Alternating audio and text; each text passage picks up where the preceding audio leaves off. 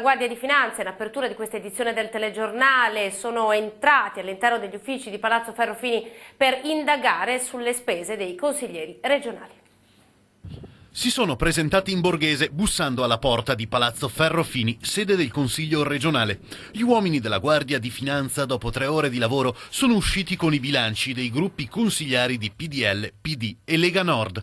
Come anticipato in diretta da Rete Veneta durante la trasmissione Focus, entra nel vivo la fase 2 delle indagini avviate a dicembre dal procuratore capo di Venezia Luigi Del Pino e dal procuratore aggiunto Carlo Mastelloni. L'obiettivo è far luce sulle spese del parlamentino del Veneto dopo gli scandali scoppiati nel Lazio e in Lombardia. Il fascicolo conoscitivo aperto dagli investigatori veneziani non contiene al momento alcuna ipotesi di reato e non ci sarebbero indagati. Il lavoro di analisi delle carte probabilmente durerà alcune settimane. Verranno passati al setaccio dalle fiamme gialle tutti i contratti a progetto e a tempo determinato stipulati a collaboratori utilizzati per uffici stampa, attività di segreteria o per consulenze. Sotto la lente di ingrandimento poi tutte le spese sostenute dai consiglieri e rimborsate dai propri gruppi. Nel 2011 sono stati utilizzati a Palazzo Ferrofini 2.116.000 euro, una cifra minore rispetto a quella prevista dalla legge. La visita dei finanzieri non è arrivata a sorpresa. A ridosso di Natale c'era già stato infatti un contatto tra gli investigatori e i tecnici del Consiglio regionale, a cui erano state chieste le leggi sulle voci di spesa generali. E questa mattina noi eravamo a Palazzo Ferrofini per dare voce a loro, ai consiglieri.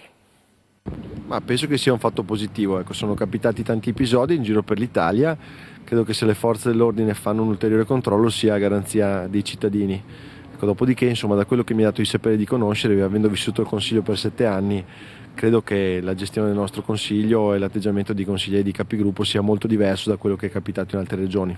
Noi non abbiamo fatto altro che usare le risorse che ci era stato dato dal Consiglio in base a ciò che la legge prevede, quindi male non fare, paura non avere. Nessuna paura?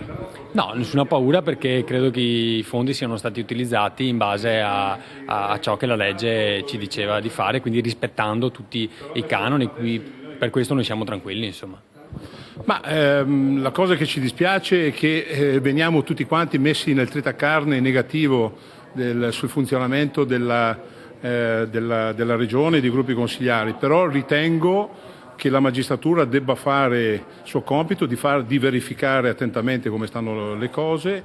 Ritengo che il nostro gruppo abbia agito in maniera corretta nel rispetto delle norme. Naturalmente sarà il magistrato a valutare attentamente e soprattutto reputo importante che si faccia presto, in modo che veniamo messi nelle condizioni tutti noi di lavorare con maggiore serenità. I suoi colleghi capogruppo di PDL, Lega e PD come li ha trovati stamattina? Giustamente e comprensibilmente preoccupati, perché anche quando sei convinto di non aver fatto niente di illegittimo, di aver agito sempre secondo le regole, hai sempre, diciamo così, la preoccupazione che magari ti sia scappato qualcosa e che quindi, insomma, si possono interpretare anche determinate spese come qualcosa di strano che magari tu non avevi nella tua intenzione, insomma. E sul blitz della Guardia di Finanza in regione